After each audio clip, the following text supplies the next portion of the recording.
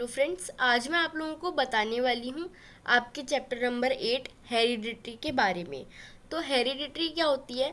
जब जैसे कि हमने सेक्सुअल रिप्रोडक्शन में पढ़ा था कि जो गैमेट्स का एक्सचेंज होता है एक दूसरे की बॉडी में और फिर वो जाइगोट फॉर्म करता है।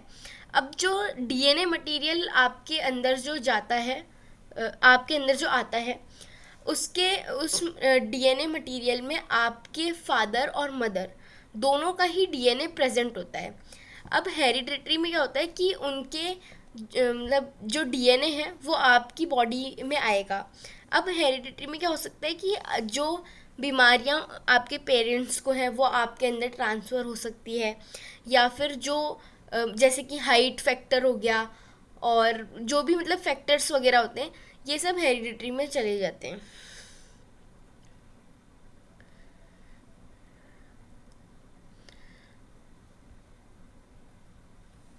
तो जैसे कि वेरिएशन आता है बॉडीज़ में, तो वही जो है हेरिडिटरी की वजह से हमें देखने को मिलता है। तो सबसे पहले यही है, accumulation of variation during reproduction. तो inheritance from the previous generation provides both a common basic body design and sub subtle changes in it for the next generation। तो इनहेरिटेंस में क्या होगा? इनहेरिटेंस से आपको जो प्रीवियस जनरेशन से कुछ कॉमन बॉडी डिज़ाइन मिल जाएगा, जैसे कि आपकी मदर की दो आँखें हैं तो आपकी भी दो आँखें होंगी, दो हाथ होंगे, दो पैर होंगे, मतलब जो बॉडी स्ट्रक्चर है वो आपको मिल गया। उसके अलावा कुछ चेंजेस के साथ आपको देखने को मिलेगा, क्योंकि आप एग्जैक्ट कॉपी तो होते नहीं हो। आप देखोगे कि आपको और आपकी मदर को देख के बताया जा सकता है कि आप उनके ही डॉटर हो या सन हो, पर एग्जैक्ट कॉपी तो नहीं हो आप उनकी। तो वही बताया है यहाँ पे कि थोड़ा बहुत चेंजेस भी होते हैं और कॉमन बॉडी डिज़ाइन भी जो है वो देखने को मिलती है, इनहेरिटेंस में अपने को मिलेगी।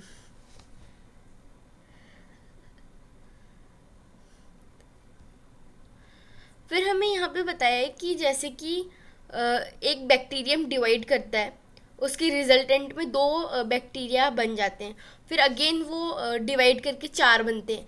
ऐसे करते करते उनका जनरेशन मतलब वो जनरेट करते हैं।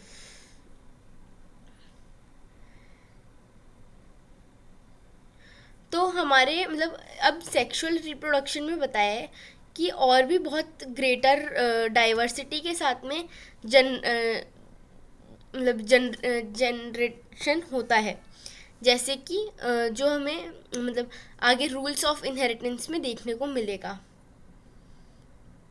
तो ये जो डायग्राम है,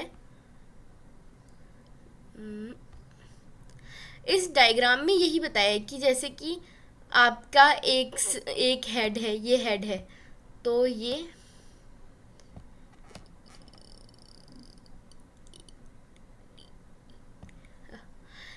हेड हो गया। फिर यहाँ पे दो आर्म्स हो गए, ये दो जो है ये आर्म्स हैं, ये यहाँ पे आर्म्स हो गए। वो ही आर्म्स आपको जैसे कि ये फर्स्ट जनरेशन थी, फर्स्ट जनरेशन से फिर आपको यहाँ पे सेकंड जनरेशन में दो आर्म्स यहाँ पे भी हैं तो दो आर्म्स यहाँ पे भी है। फिर यहाँ पे ऐसे आपको देखने को मिलता है कि भाई कॉमन बॉडी डिज़ाइन हो गया।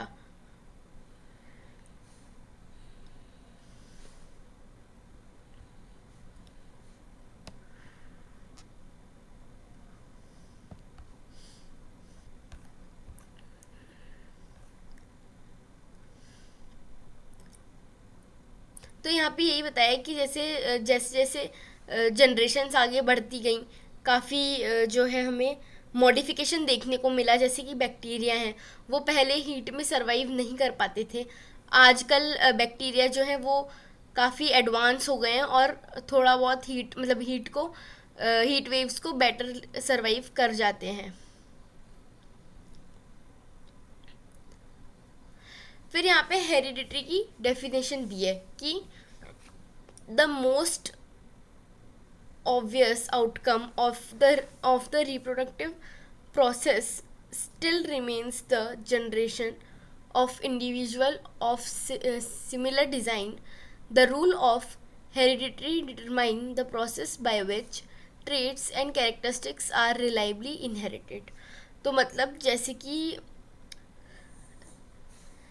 जो रिप्रोडक्टिव प्रोसेस था वो तो सेम है, उसके बाद में जो जनरेशन डिज़ाइन होती है इंडिविजुअल्स की, वो भी सिमिलर डिज़ाइन ही होती है. अब जो हेरिडिटरी है वो डिटरमाइन करता है ट्रेट्स और कैरेक्टरिस्टिक्स को जो कि रिलायबली इनहेरिटेड होते हैं. जैसे कि यहाँ पे हमें दो डायग्राम दिए हैं. ये क्या है, ईयर लोब के, यहाँ के इस लोब की डिज़ाइन दी है. आप देखोगे कि यहाँ पे एक लोब बन रहा है कि भाई थोड़ी स्किन जो है वो लटकी हुई है, पर यहाँ पे आप देखोगे कि वो एकदम जो है यहाँ से स्किन अटैच्ड है.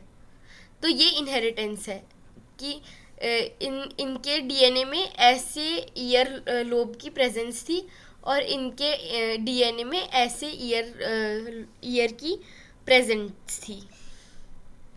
तो यहाँ पे यही बताया कि पहला क्या है, पहला ए डायग्राम जो है वो फ्री लोब का है और सेकंड जो है वो अटैच्ड ईयर लोब का है.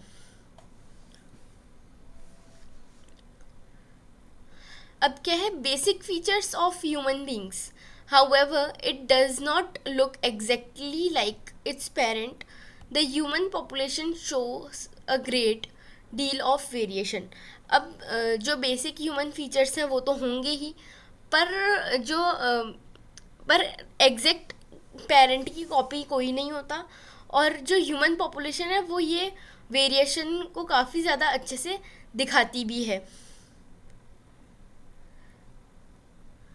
फिर आ जाते हैं rules for inheritance of traits, Mendel's contribution. तो मेंडल जो है वो साइंटिस्ट हैं जिन्होंने जो इनहेरिटेंस के रूल्स बताए थे. ये पहले मैं इनका डिस्क्रिप्शन दे देती हूँ आपको. तो जो जॉर्जन जोहान मेंडल थे, इनका पूरा नाम ये है. ये इन्होंने 1822 से 1884 तक जो है इनका काम चला था. इन्होंने डिस्कवर किया था कि कैसे जो ट्रेड्स हैं वो पेरेंट जनरेशन से प्रोजेनी जनरेशन तक जाता है, मतलब जो नेक्स्ट जनरेशन में कैरी ऑन होता है. इन्होंने पी प्लांट पे जो है अपना एक्सपेरिमेंट किया था. पी प्लांट इन्होंने इसीलिए चुना क्योंकि एक तो उसको लैब में ग्रो करना इजी होता है, दूसरा उसका पी प्लांट का जो लाइफ स्पैन है वो कम होता है. इसीलिए इन्होंने पी प्लांट जो है वो चूज़ किया था इस एक्सपेरिमेंट के लिए.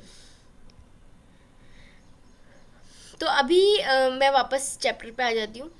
तो यहाँ पे हमें बताया है कि जो डीएनए है वो पैटर्नल और मैटरनल दोनों से इन्फ्लुएंस होता है, और फिर दोनों के ही कुछ कुछ वर्जन्स जो है वो चाइल्ड में देखने को मिलते हैं. मैटरनल और पैटर्नल का मतलब यही होता है, पैटर्नल मतलब फादर, मैटरनल मतलब मदर. अब क्या है, मेंडल ने क्या किया, मेंडल ने यूज़ किया number of contracting visible characters का, जो कि पी प्लांट पे इन्होंने किया.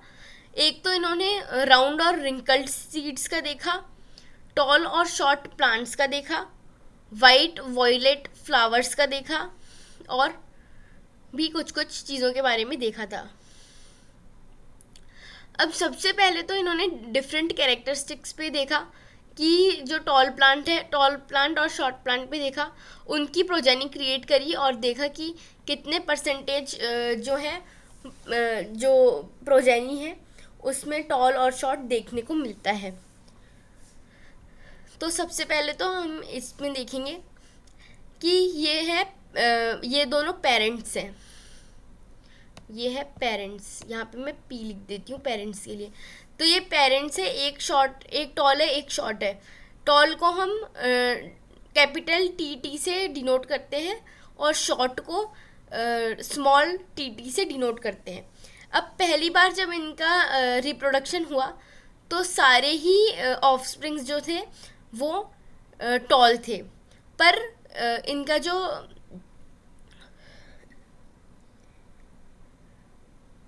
ये हेट्रोजाइगस थे, तो इसीलिए इनका टी एक कैपिटल टी और एक शॉर्ट टी था। मतलब वेरिएशन देखने को मिला कि भाई इसका डीएनए भी आ गया, टॉल प्लांट का डीएनए भी आया और शॉर्ट प्लांट का डीएनए भी आया, पर डोमिनेंट टॉल था, इसीलिए फर्स्ट जनरेशन में सारे ही टॉल देखने को मिले। अब इन प्लांट्स का जो है रिप्रोडक्शन कराया गया। अब जब F1 का रिप्रोडक्शन कराया गया तो यहाँ पे हमें 3 तो टॉल देखने को मिले और एक शॉर्ट प्लांट देखने को मिला।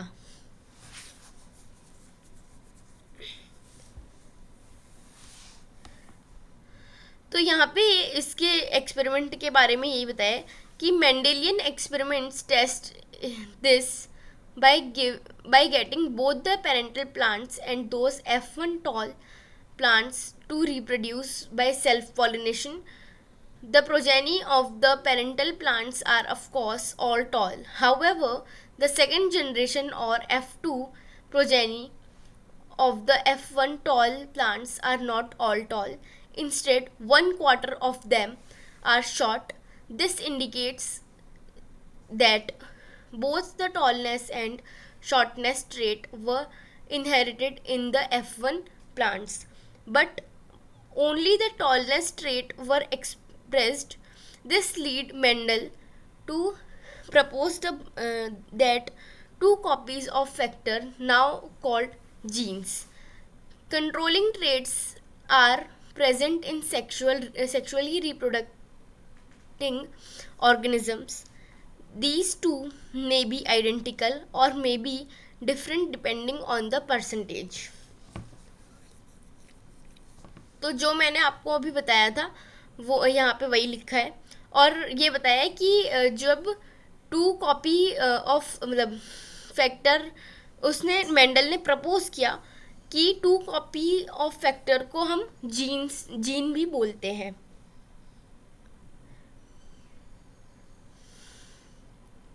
उसके बाद यही है कि जो कैपिटल टी टी जो है और टी और मतलब एक कैपिटल टी और एक स्मॉल टी जो है वो टॉल प्लांट्स के लिए होता है, वाइल जो शॉर्ट टी टी है वो स्मॉल प्लांट्स के लिए डिनोट करते हैं। सिंगल कॉपी ऑफ टी जो है वो इनफ होता है एक टॉल प्लांट बनाने के लिए, और both copies of small T जो है वो शॉर्ट प्लांट का ट्रेट होता है। उसके बाद में जो कैपिटल टी है वो डोमिनेंट ट्रेट उसको बोलते हैं, और जो शॉर्ट टी होता है उसको रिसेसिव ट्रेट हम बोलते हैं।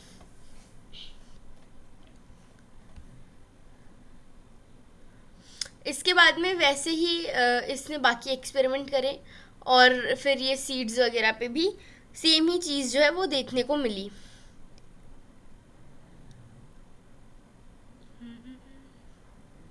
अब यहाँ पे ये जो आप देख रहे हैं इसको ये होता है पनेट स्क्वायर होता है ये। इसमें हम ऐसे बनाते हैं, जैसे कि अगर मैं इसका पनेट स्क्वायर बनाऊं तो कुछ इस टाइप से बनेगा।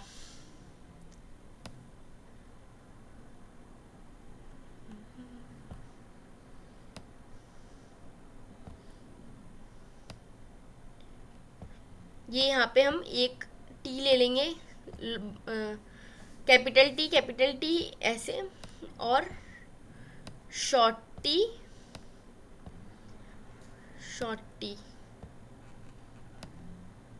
फिर यहाँ से हम इनको ऐसे करते हैं, मैच करते हैं, तो टी टी यहाँ पे कैपिटल टी का बन जाएगा, तो ये टॉल जो है वो प्लांट हमें मिलेगा।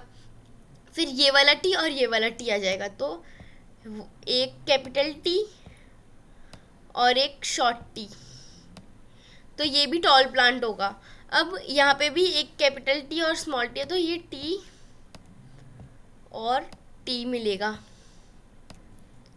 फिर यहाँ पे दोनों शॉर्ट टी हैं तो शॉर्टी शॉर्टी आ जाएंगे। तो हमें यहाँ क्या देखने को मिल रहा है कि तीन जो प्लांट हैं, मतलब तीन, हाँ तीन जो प्लांट है वो टॉल ट्री है और एक जो है वो शॉर्ट टी है। तो जैसे कि यहाँ पे टॉल ट्री कितने हो गए, टॉल ट्री जो है वो यहाँ पे तीन हो गए और शॉर्ट टी कितना हो गया, शॉर्ट ट्रीज वन हमें यहाँ पे जो है स्मॉल ट्री जो है देखने को मिल रहा है। पर यहाँ पे अगर मैं इनका जो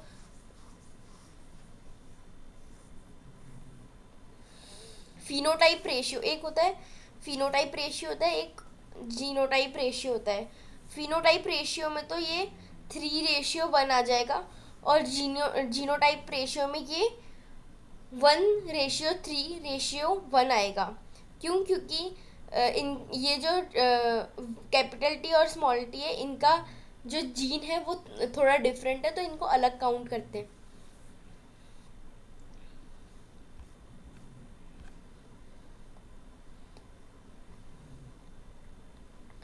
तो इस ये जो पैराग्राफ है इसमें यही बताया है कि if the interpretations of Mendelian experiments we have been discussing are correct, then both parents must be contributing equally to the DNA of the progeny during sexual reproduction. We have discussed this issue in the previous chapter. If both parent can help determine the trait in the progeny, both parents must be contributing a copy of the same gene. This means that each pea plant must have two sets of all genes, one inherited from each parent, for this mechanism to work. तो अगर ये Mendelian के experiments सही हैं तो parents जो है equally contribute करते हैं अपना DNA during the sexual reproduction, जो कि हमने ये पिछले चैप्टर में भी बात करी थी। तो क्या है, दोनों दोनों जो पेरेंट्स हैं वो डिटरमाइन हेल्प करते हैं डिटरमाइन करने में प्रोजेनी के ट्रेट्स। यहाँ पे यही बताया है।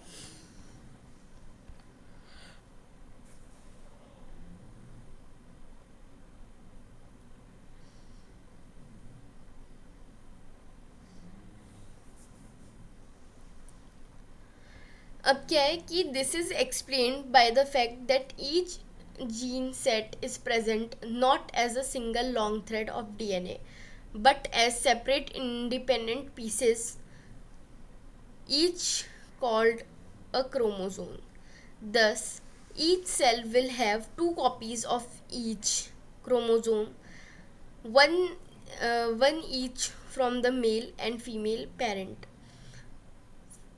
Every germ cell will taken one chromosome from each pair, and these may be of either maternal और पैटर्नल ओरिजिन। अब क्या है कि यहाँ पे एक्सप्लेन किया कि भाई जो जीन है वो सिंगल सेट में तो अब प्रेजेंट होगा नहीं, मतलब एक ऐसे लॉन्ग थ्रेड में तो प्रेजेंट होगा नहीं। अब क्या होता है, इंडिपेंडेंटली पीसेस में प्रेजेंट होते हैं जिन्हें हम क्रोमोजोम बोलते हैं। क्रोमोजोम कुछ इस टाइप से दिखता है। ये क्रोमोजोम के पेयर्स होते हैं।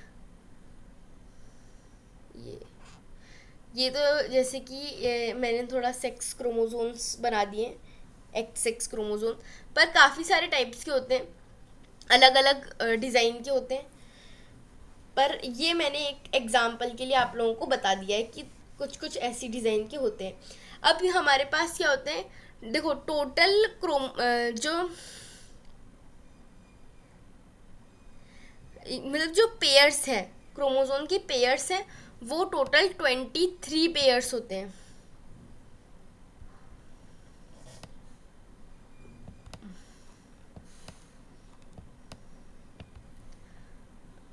लिख देती हूँ मैं, 23 पेयर्स होते हैं। और इंडिविजुअली अगर मैं देखूं तो टोटल 46 जो है क्रोमोसोम्स प्रेजेंट होंगे।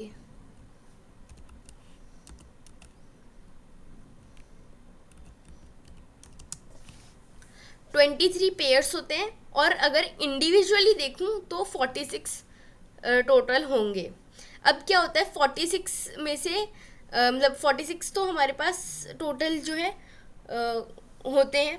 अब पेयर्स जैसे कि 23 है, तो अब ये पेयर का एक एक जो डीएनए है वो हमारे उसमें जाता है नेक्स्ट जनरेशन के लिए, प्रोजेनी में।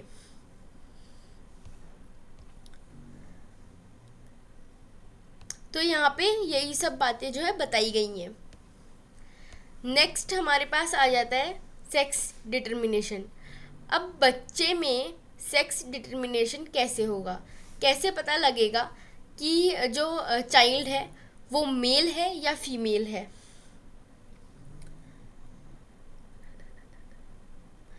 तो अब हमें यहाँ पे बताया है कि ह्यूमंस में 23 मतलब जो 23 तो पेयर्स होते हैं, उसके मतलब 22 पेयर्स होते हैं जो हमारा बॉडी स्ट्रक्चर वगैरह ये सब डिज़ाइन करते हैं। पर एक होता है, वो होता है सेक्स क्रोमोसोम्स की कॉपीज होती हैं। अब उसमें एक तो हो मतलब जो फीमेल्स में होता है वो एक्स एक्स होता है, और मेल्स में एक्स वाई होता है।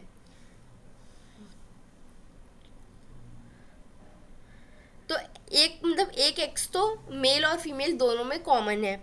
जो एक्स एक्स साइज होता है वो एक्स नॉर्मल होता है, जैसे कि मतलब एक्स और एक्स ये जो मैंने आपको बना के दिखाया ये इक्वली साइज के होते हैं।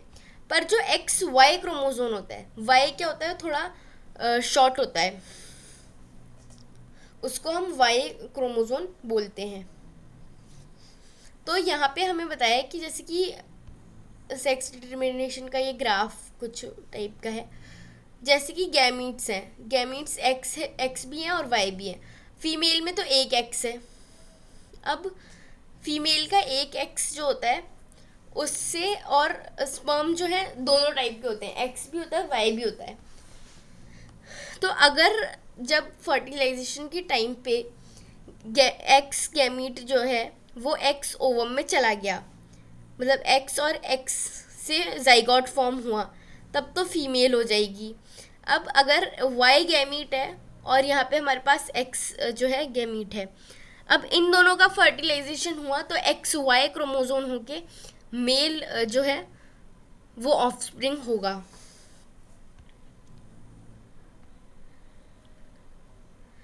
तो यहाँ पे यही बताया है कि half the children will be boys and half will be girls. All children will inherit an X chromosome from their mother regardless of whether they are boys or girls. Thus, the sex of the children will be determined by that they inherit from their father. A child who inherits an X chromosome from her father will be a girl, and one who inherits a X chromosome from him will be a boy. तो यहाँ पे यही बताया है कि mother जो है वो हमेशा एक्स क्रोमोसोम देती है। अब बच्चा लड़का है या लड़की है वो फादर के गैमिट पे डिपेंड करता है। भाई अगर फादर का एक्स क्रोमोसोम मतलब एक्स क्रोमोसोम वाला जो स्पर्म है वो मदर से फर्टिलाइज करेगा तो एक्स एक्स जाइगोट बनाएगा जो कि ऑफस्प्रिंग देगा फीमेल का। और जो ऑफ मतलब और जो गैमिट अगर वाई हुआ तो वो फ्यूज होकर के एक्स वाई गैमीट बनाएगा, जिससे कि बॉय चाइल्ड जो है वो पैदा होगा।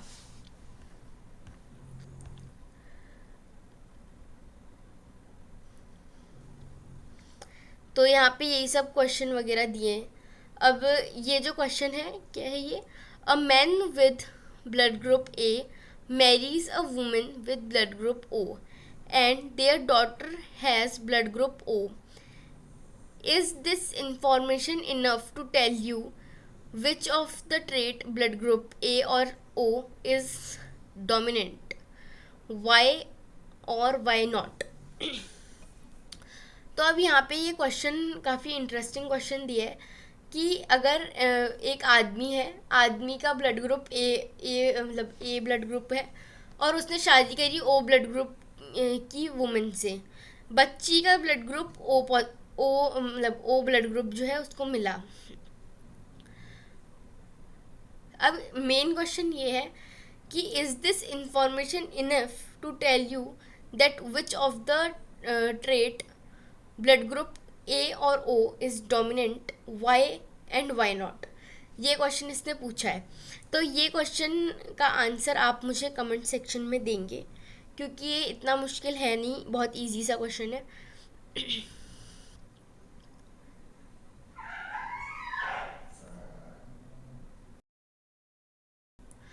तो इसी के साथ हमारा चैप्टर जो है वो यहीं एंड होता है। अब हम मिलेंगे नेक्स्ट वीडियो में नेक्स्ट चैप्टर। नोट्स के लिए आप लोग टेलीग्राम चैनल ज्वाइन कर सकते हैं। टेलीग्राम चैनल का लिंक मैं डिस्क्रिप्शन बॉक्स में दे दूँगी, तो आप लोग वहाँ से ज्वाइन कर लीजिएगा। इसी के साथ thank you and bye bye. अब हम मिलेंगे नेक्स्ट वीडियो में।